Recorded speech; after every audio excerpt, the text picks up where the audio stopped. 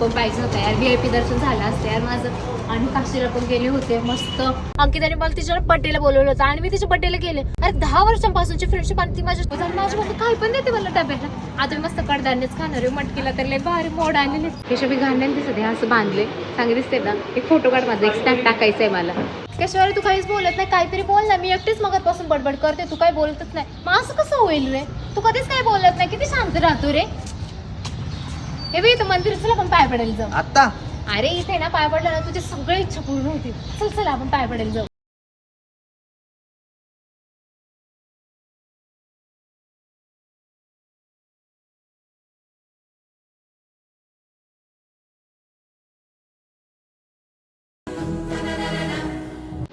बघ आता केशव, मंदिराच्या बाहेर जास्तपर्यंत तुझी इच्छा नक्की पूर्ण होईल.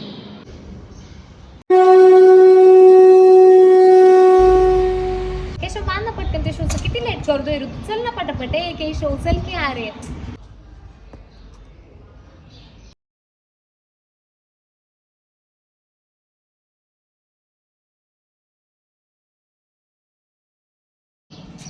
तुला आवाज येत नाही काय रे माझा?